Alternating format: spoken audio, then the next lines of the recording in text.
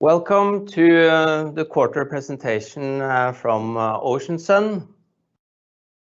This is the fourth quarter, and we have the following agenda today. For the new listeners and those are new to Ocean Sun, we will briefly talk about the company and the purpose of our activity. Then on the ongoing project and the operations. And after that, we will also touch upon the growing pipeline and the update in the market, and of course the financial numbers towards the end. This platform also gives the opportunity to raise questions to the company, and we will try to answer that afterwards. So without further ado, we go a little bit about what is this company up to. We now are in the market of floating solar power. This is a relatively new industry, but experiencing a very rapid growth because it offers the opportunity to deploy large surface areas on floating water bodies and not to get in conflict with the land areas, agriculture, forest industry, and urbanizations. And in this new industry, Ocean Sun has developed a very special technology to provide these large surface areas in a cost-efficient manner, and also to serve as these decks to provide a good habitat for the solar cells. We will also get back to this, but we are now seeing a very extensive pipeline across the world, almost on every continent. There is a demand for this type of systems.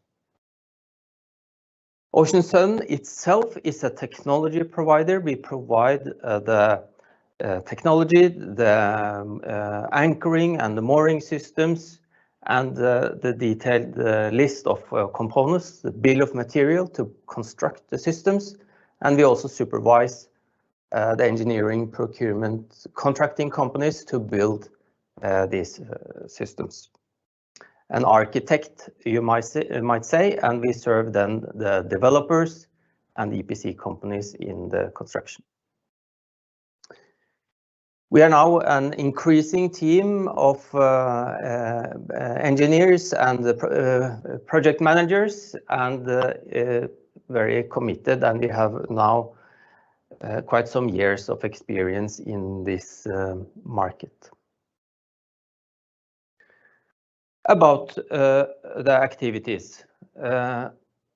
Our project together with Statkraft in Albania is probably been the most demanding activity the last half year, and particularly also the last period. We have had more or less a constant presence in Albania, and you can see on the picture the status of this floater now. This is the sun deck for the floater. It's about 4,000 square meters and will fit 0.5 megawatts of installed power, close to 1,600 solar panels. It's important to note that this is now dimensioned with new meteorological data for this region, where you can experience the event of tornadoes. And the whole system has been, of course, designed for this to occur. And we are also putting out dense packaging. It will all consist of 4 rings, and we are now preparing the entire mooring system for all of the 2 megawatts. So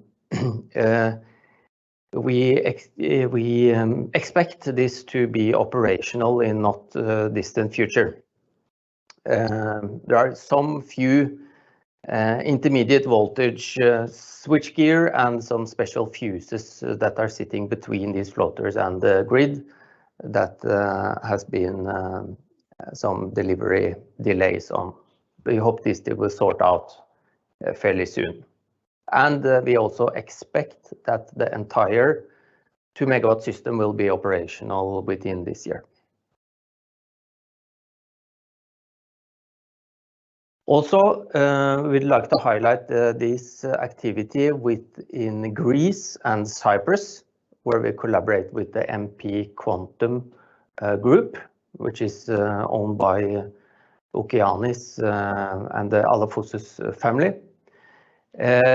Here there is developments within the Greek government and within the area of regulation and permitting for this type of floating PV systems on the sea in the near shore areas.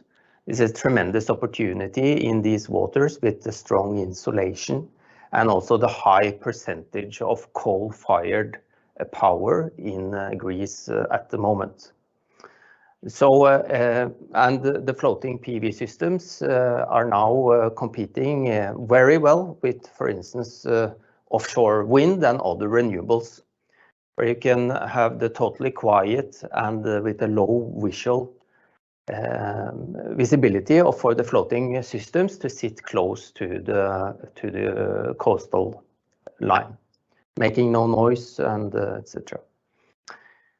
It will, if everything sorts out with the government and regulations, this will be then the largest of its kind in Europe. And we foresee some development in this area soon. Thirdly, an important activity, this is a contract that has been signed and the first installment has been awarded to Ocean Sun also. It is outside the city of Yantai. This is in the border between the Bay of Bohai and the Yellow Sea. So looking out straight towards the east, it's North Korea. It will be a 1 megawatt system in some kilometers off the coast in quite rough conditions. And this will, of course, be a very important demonstrator for the almost unbelievably large potential for these type of systems along the coast of China, where there is a strong drive to replace the coal-fired energy production. Parts and components for the system have been put in order, and we hope to see this developing over the spring and summer. It's also worth mentioning that they have set aside in this area large utility scale for 100 megawatt peak installations. Of course, pending the experience with the demonstrators. Also like to highlight a bit our system now. Almost, in June it will be 3 years of operation in the Philippines with this test system on the Magat hydropower dam, which is operated by SN Aboitiz Power. It has now been running through 3 monsoon seasons with heavy precipitation in this tropical region and also in the midst of the typhoon belt. It is today consistently producing far better than the air-cooled solar panels in a reference system sitting in the same location. We are very, very pleased with this operation. We are also testing out new generation of solar panels on parts of the system. And we, of course, hope that SNAP will realize the expansion on this reservoir pending the developments and regulations for this type of systems also. And of course, as we all know, the combination or the hybrid operation of floating solar power and hydropower have some very good synergies, because you can sit very close to the established grid infrastructure, and also with our systems, you can limit to large extent the evaporation of water from the reservoir. We are also participating now in a governmental funded R&D project It's a major project together with Scatec on development and research to exploit this technology further.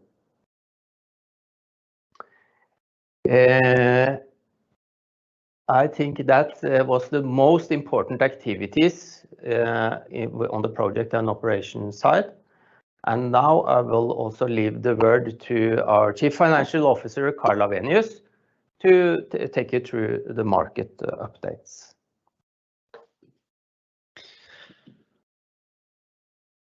Thank you, Børge. A little bit about the market. We are, as you know, present in most parts of the world and have interesting leads on all continents. Starting from the left, in Americas, we see good interest, and we are in particular eyeing opportunities now in Brazil, where the market with the developers and power-intense businesses are really starting to gain interest in floating solar. There's a huge benefit as Brazil is dependent on hydropower, and the country has large water bodies, which are excellent for floating solar. We have collaboration ongoing with a local developer, which is working very well. And together with them, we are eyeing several opportunities for small and mid-sized utility scale projects in the near future, and larger and very large systems further on. Looking at Europe and Middle East and Africa, this is covered by our headquarters in Norway. And as Børge mentioned, of course, we now see a lot of potential in Greece with the collaboration with MP Quantum Group. Greece, as Børge mentioned, is also an excellent place for floating solar, both as they have great solar irradiance and good water bodies and a strong push from government to replace the ignite coal. We also see good interest in Spain, Portugal, France, and other southern European countries. And we have even now heard that a few parties are looking at developing larger floating solar in Norway, which we will of course follow. In Africa, there are of course tremendous opportunities. The markets can be a bit more challenging, but the irradiance and the sun is definitely present, and you can get very competitive LCOEs with our system, and a very short payback period on the system. We are now in discussions with a few parties in Africa for projects going forward. If we move further to the right, we have North America or Northeast Asia, where, as Børge mentioned, is perhaps it is the biggest market for floating solar up till now, and will be for the period to come as well. We have the most important market in this region is China, where we have established an office in Shanghai, and from there we are covering the Chinese market. The Yantai project will be very important in this quest to cover the Chinese coast and Chinese waters with Ocean Sun's floating membranes. And we see now that a lot of developers in China are eyeing the opportunities going near shore in the Bohai Bay and other regions close to Yantai, for example. And that Ocean Sun has a unique position to take a large part of this market, as it's the met ocean, and the wind and the waves from the ocean are too challenging for the pontoons that are currently dominating the Chinese market. So with this first demonstrator in Yantai, we will have a very good position of utility scale systems, both in Yantai and in the Bohai Bay and other areas in China, and also hydropower in China. In Korea, we have earlier communicated about the Saemangeum project. There, the latest news is that government has postponed the project even further, and we expect limited development on this project during 2023. But of course, we are still eyeing the opportunities in the market and hoping for installations there going forward. Southeast Asia is also a huge market going forward. Rystad Energy has estimated the pipeline to be 20 gigawatt in Southeast Asia alone. And we are present in the region with our office in Singapore. Singapore is also a state where you have a clear governmental push for renewable energy. There is consensus that this shift will be from solar power, as wind resources are limited. And since there are no available land, this will be floating solar. And we see now that a lot of the larger players in Singapore are looking into floating solar, and we are part of the dialogue and are expecting installations to come. This is also will be nearshore, and same goes here as in China, that our technology and our system is very well suited for the tougher environments that you face nearshore than the pontoons, and therefore we have a unique position to take a large part of this market. And this is also true for other regions in Southeast Asia, where you have strong winds and can also have quite high waves. So Philippines, Bangladesh, Thailand, Laos, all of these countries are looking at floating solar. They have a lot of developed hydropower, and it will be natural to go forward with floating solar hybrids going forward there. So if we now take a look on the financials, we had a revenue in Q4 of 1.8 million, and in full year 21, 6.6 million. Large part of this is research projects, the Boost project, and also from the Research Council of Norway and Innovation Norway. But we also had the first installment of this Yantai project in Q4, and we'll see another payment when the project is constructed. The result of the period and the year was negative, also the cash flow. However, the cash position is still very good, and we see that we have enough cash to support our business model and our expansion going forward. And we see no need of getting more cash in this challenging market. So we are very well positioned to grasp the opportunity that the market is presenting now. And going out of Q4 and the year 2021, we had a cash position of 77 million NOK. And there were no interest-bearing debt and an equity ratio of 93%. Børge, you want to conclude? Yes, thank you very much, Carl, for this. And just to wrap this presentation up, like always, Ocean Sun will protect and maintain its intellectual property. This is key to the business model. Today we have 30 granted patents and 45 pending patents covering all important markets.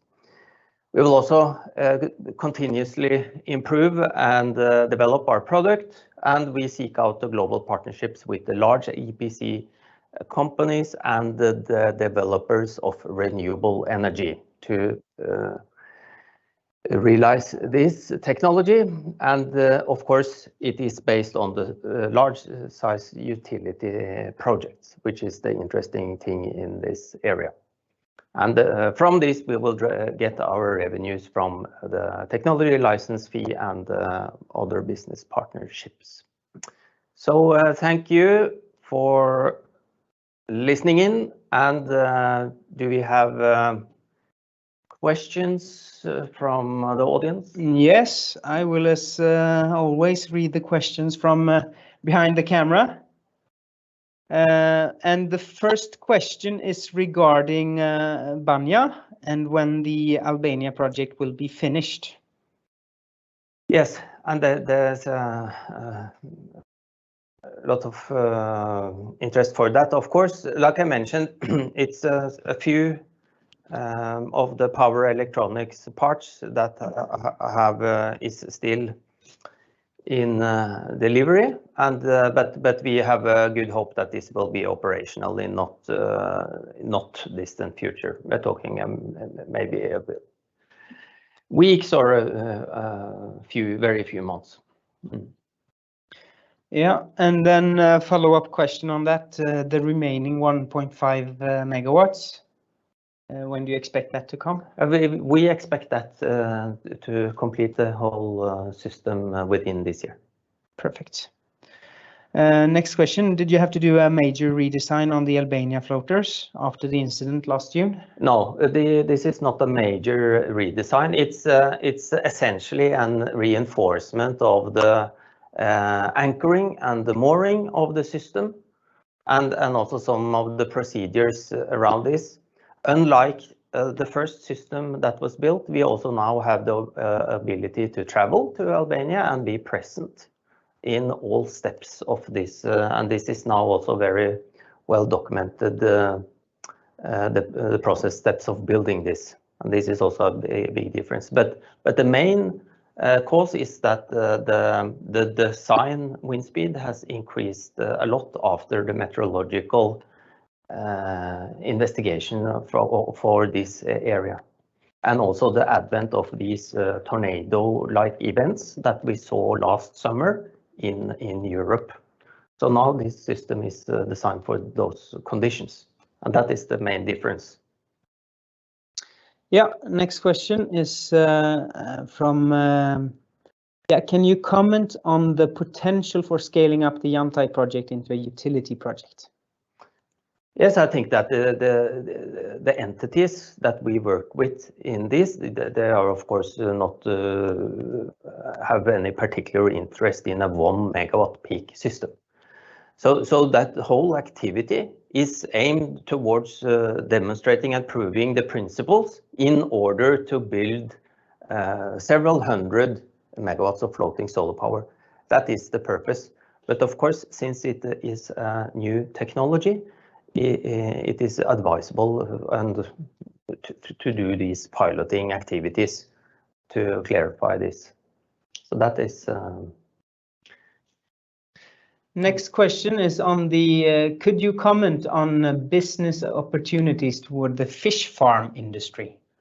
Yes, this is, I would say, a segment, of course, that we attempted to address already back in 2018, where we also built a system in Norway for Norwegian fish farmer Lerøy Seafood to replace some of the diesel consumption on these feeding barges in that industry.